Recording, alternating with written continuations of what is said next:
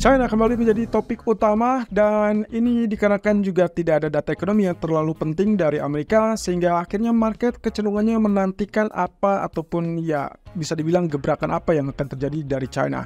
Nah, di sisi lain teman-teman, selain itu juga ada kabar bagus dari geopolitik. Apa itu?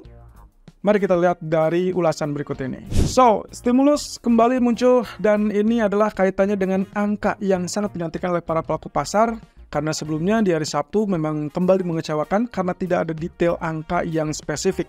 Walaupun sebetulnya prioritas atau kurang lebih target utama dari prioritas stimulus tersebut sudah disampaikan oleh Menteri Keuangan China.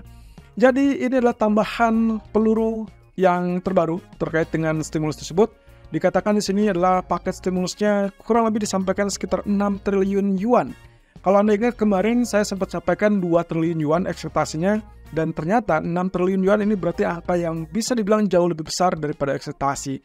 Tapi dengan catatan teman-teman, stimulus ini dari pemerintah kita sebut dengan stimulus fiskal yang notabene diluncurkan ataupun dipublish berdasarkan atau via obligasi ya. Jadi obligasi treasury China yang menurut rencana akan dirilis dalam atau selama 3 tahun ke depan.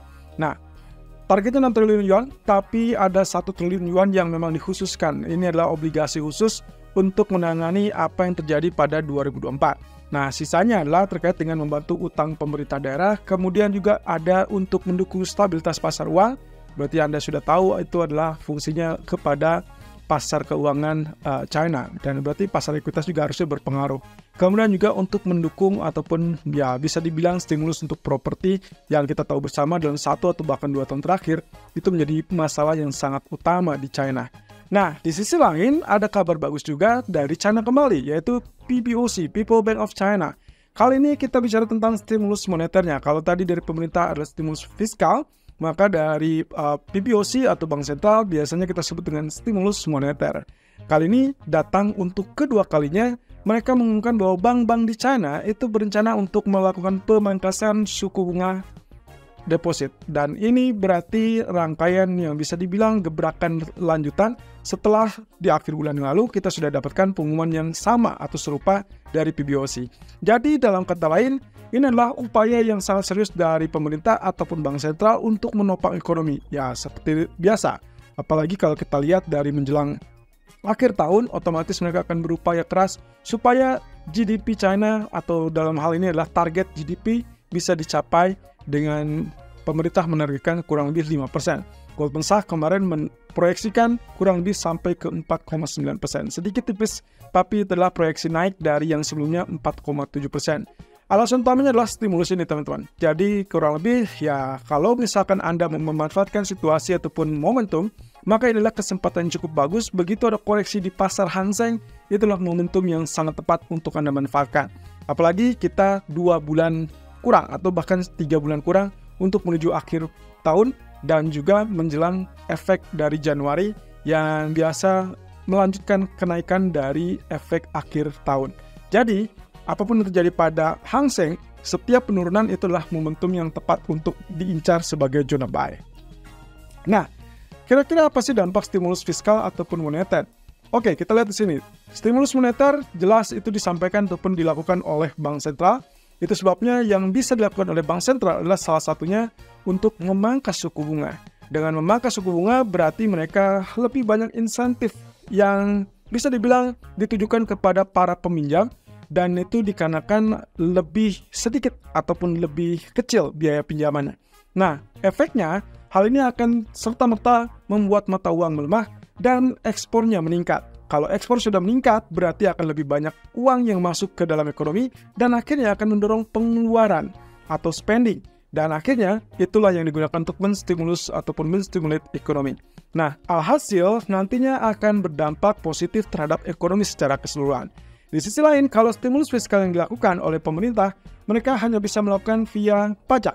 Dalam hal ini berarti memangkas pajak atau bahkan melakukan peningkatan dalam hal ataupun dalam sisi pengeluaran pemerintah. Hal yang sama ini akan berdampak kepada mendorong tingkat permintaan, kemudian juga produksi ataupun bahkan pertumbuhan ekonomi. Nah, kalau ini sudah dicapai, berarti otomatis ekonomi akan tumbuh dengan sendirinya dan disitulah aktivitas ekonomi yang meningkat, permintaan meningkat dan akhirnya mendorong kepada tingkat permintaan terhadap komoditi. Artinya di sini, kalau kita bicara tentang market, maka dampak yang seharusnya terjadi adalah urutan pertama, itu adalah pasar saham. Itulah sebabnya kenapa kami selalu memberikan rekomendasi, terlebih kalau misalkan kita lihat dari posisi indeks saham yang saat ini sedang terjadi kenaikan, termasuk juga penurunan di Hang Seng, maka Hang Seng adalah salah satu yang cukup menarik karena valuasi yang masih relatif lebih rendah. Nah, di sisi lain, dampak berikutnya barulah akan terasa kepada pasar komoditi, karena saat ekonomi positif, maka tingkat permintaan juga akan relatif meningkat. Dengan demikian, nantinya investasi ataupun kecenderungan investasi itu juga akan serta-merta positif. Kalau itu terjadi, berarti akan meningkat dengan ekspektasi bahwa permintaan terhadap komoditi, baik itu emas ataupun komoditi minyak, kemungkinan akan menjalani kenaikan berikutnya. Jadi, dalam hal ini kalau Anda lihat emas kenapa turun, maka ini adalah reaksi yang bisa dibilang memperhitungkan dari apa yang terjadi pada pasar saham terlebih dulu. Walaupun kalau kita lihat tidak serta-merta langsung mengalami kenaikan ataupun peningkatan yang signifikan. Tapi yang jelas sampai akhir Oktober akan banyak berita yang sangat bisa dinantikan dari China tersebut. Sementara itu harga minyak kembali turun dan kita lihat angka sekarang berada di level $70. Dan ini dikarenakan ada dua hal yang bisa dikategorikan berita positif sebetulnya. Pertama yaitu terkait dengan geopolitik yang relatif tenang atau relatif bisa dibilang melunak. Hal ini dikarenakan Perdana Menteri Benjamin Netanyahu mengatakan kepada Amerika bahwa mereka hanya akan mengincar target militernya Iran saja, bukan ke target nuklir ataupun fasilitas kilang minyak Iran. Ini tentunya menjadi dampak yang cukup positif untuk ekonomi. Itu sebabnya kita melihat Wall Street menghijau alias mengalami kenaikan cukup signifikan selain berita stimulus dari China tersebut. Nah, sementara dampak berikutnya adalah tentunya negatif untuk harga minyak. Karena itu berarti tidak ada kekhawatiran yang mencolok ataupun signifikan terhadap gangguan pasokan, apalagi sasarannya bukan ditujukan kepada fasilitas kilang minyak dari Iran. Nah, yang kedua adalah efek dari OPEC.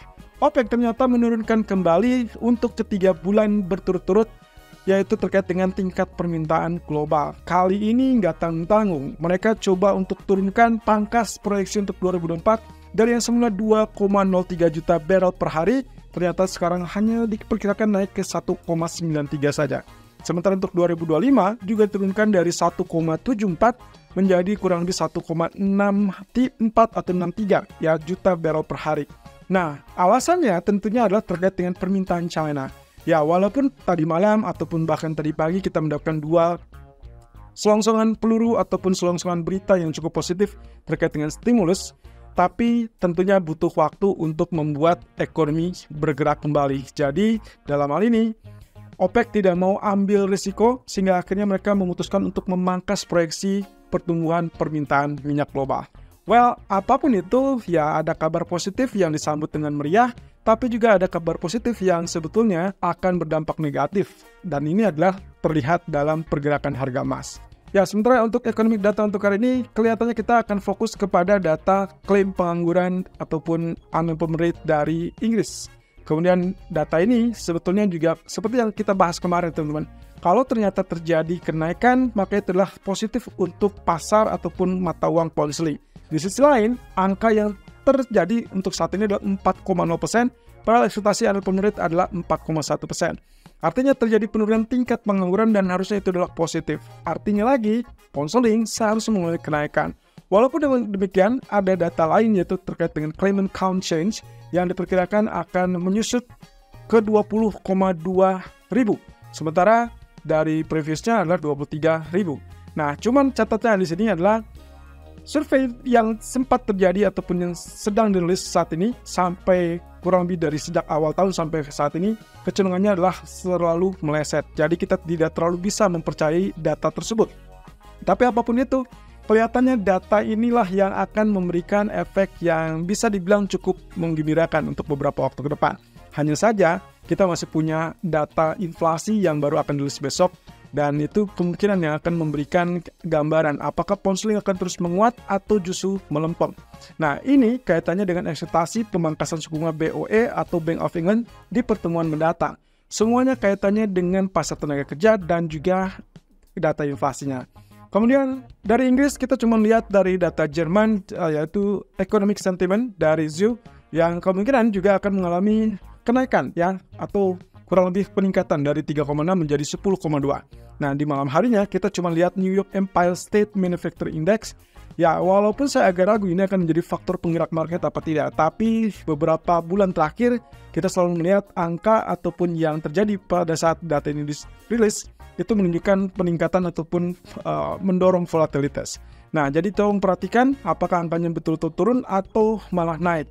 Kalau ternyata turun, maka siap-siap malam hari emas kemungkinan akan rebound. Sementara untuk sesi Asia, sesi Eropa, kita melihatnya ada potensi untuk koreksi sementara.